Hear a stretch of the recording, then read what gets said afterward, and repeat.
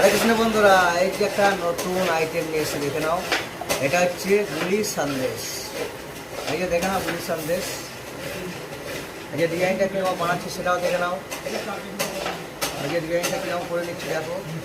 এই যে চিনি দিয়ে এভাবে ডিজাইনটা করে নিচ্ছি। তারপরে এই যে ডিজাইনটাই করে নিচ্ছি। তারপরে এই যে পেস্টটা করছি। ঠিক আছে বন্ধুরা, চলো এই যে দেখে নাও।